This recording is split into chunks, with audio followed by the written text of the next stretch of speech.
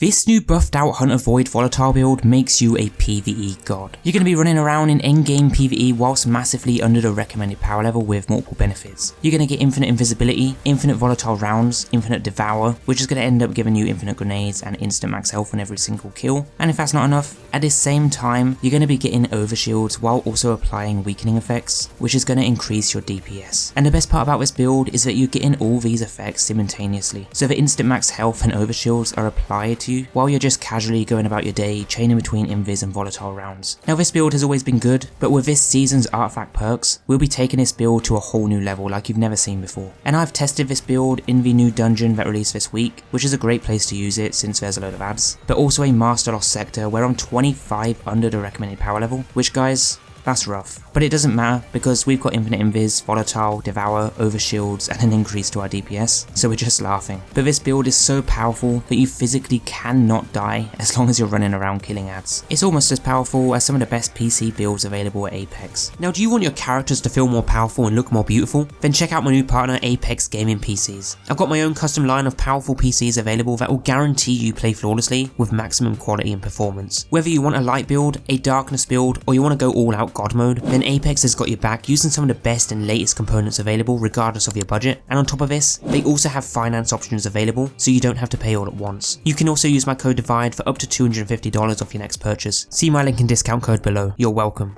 Now over the past couple of years, I've covered so many different types of builds in the game, from all the 3.0 subclasses to stasis, and also the new latest strand subclass. But with every new season that releases, a lot of these builds change and develop further. That be by a new aspect or fragment, or just a new seasonal artifact perk. Which is why if you like this build and you want to see more like this, then feel free to check out my new Lightfall Season of the Deep Season 21 playlist, which you can find linked down below, which has all of my latest builds in, as I do cover new and updated builds every week here on the channel, and you guys might just find your new best build. But with this one today, we're taking Void Hunters to the next level, using pretty much the same setup as last season, except with a few changes to suit this season's artifact perks instead of the last season. Because we've now lost a few good perks that we once had, but we now also have a bunch of new ones that actually make this build even better. And there are a few setups with this build, but I'll probably only cover the one best setup today, but I'll go through some alternative options in case you don't have certain things. But we will be focused around ad clearing and survivability, which is great for master content solo or even GMs. Could also be worth using to attempt the solar flawless of the new dungeon too. But now with this build, we're going to be getting infinite invisibility, infinite volatile rounds, devour, as well as the overshields, and the way that we're going to get the overshields is through our void breaches. We're actually going to be using the void breaches quite a lot of this build, but the way we have it set up, we'll be generating so many of them consistently that you just don't even need to think about it because they'll just be there, and all you have to do is just go pick them up.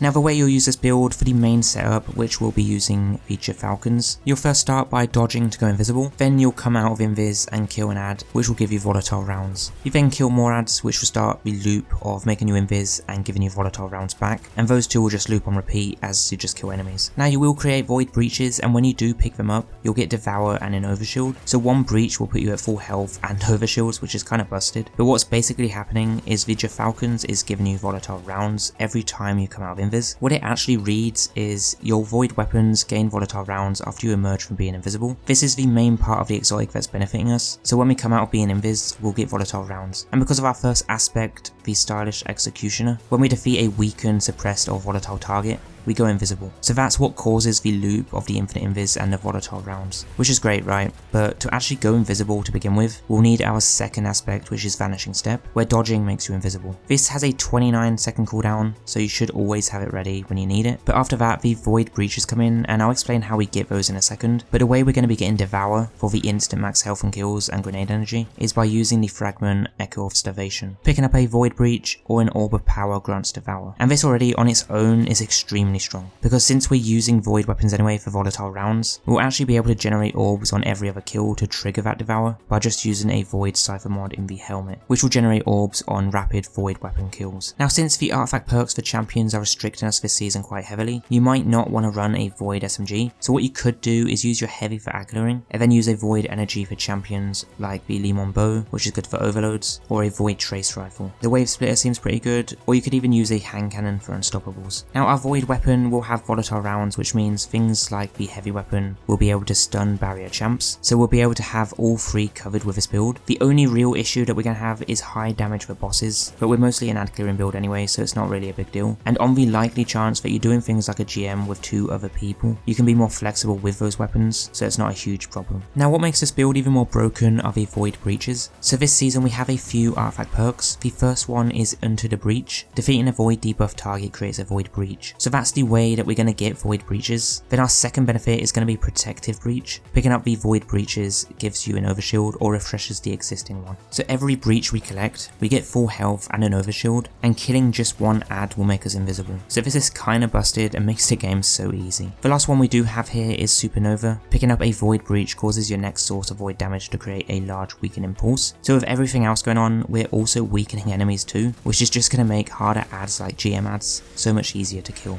Now there are a few more things helping us out, and the next thing we have is the Echo of Cessation Fragment. This is going to create a void breach when we defeat a volatile target. I don't think this stacks with the artifact perk, but I have noticed a lot more breaches around while using this fragment, so the cooldown for spawning multiple shouldn't be as crazy, but this one you can swap out. It's just that the artifact perk one is allowing us to make more when we kill those weakened targets too, so more is better than less. The third fragment you want is Echo of Persistence, so that the effects of invis, overshields and devour last longer. Crazy that we're actually getting all of these buffed. But the final fragment is Echo of Harvest. Defeating weakened targets creates an orb and a breach. Mostly using this one for the extra orbs, which we're going to use for the mods. And the first benefit is Absolution to reduce the cooldown of all abilities when picking up an orb of power. And then an Installation to reduce the class ability cooldown. And because this also makes us charge a light, we'll get more energy to our class ability by using 3 utility kickstart mods in the class armor. So every time we use our dodge, it's like a 5 to 10 second cooldown rather than 30, assuming you have 100 mobility to make that possible. There are a few more mods that I want to go through real quick before we get to the exotic armor alternatives, and those are the 2 heavy ammo finders in the helmet to help us get more void heavy ammo, a firepower in the arms to spawn more orbs on grenade kills, a bolstering detonation for class energy, and a void loader mod. Then in the chest we just have a few damage resist mods. For exotic armor alternatives there are actually a lot here that you can use, but I will cover these in more detail in other videos. But the first one is Graviton Forfeit, great for more invis, the 6 Coyote for a second dodge. My main exotic that I use alongside Gyrfalcons when I do GMs, I usually just swap between those 2 builds. But we also have Omnioculus, great for hard GMs with a terrible team, Orpheus Rig, good for faster supers for things like raids and dungeons, and then we have a Frostees, the alternative to Graviton. So plenty of exotics to choose from, but you ideally want to go with the Gyrfalcons as it just flows really well with the build style that we have. As for stats, like I said earlier, you want 100 mobility for the faster dodge recharge, and then try and get 100 resilience too for the extra survivability. My recov is terrible, but it really doesn't matter because our devour is doing all the work anyway, so we're either going to have no health or we're going to have full health from the devour. There are a few other things I didn't go through in this video, like the dodge that I'm using here, but none of them massively affect the build, so you can use what you want for anything that I didn't cover in this video, but the dim link's down below anyway. This is by far one of the best hunter builds in Destiny 2 Lightfall right now for Season of the Deep or Season 21, and you guys definitely need to set this one up. But if you didn't like this build, then check out the full playlist down below. Otherwise I'll see you soon for the next build. Take care guys.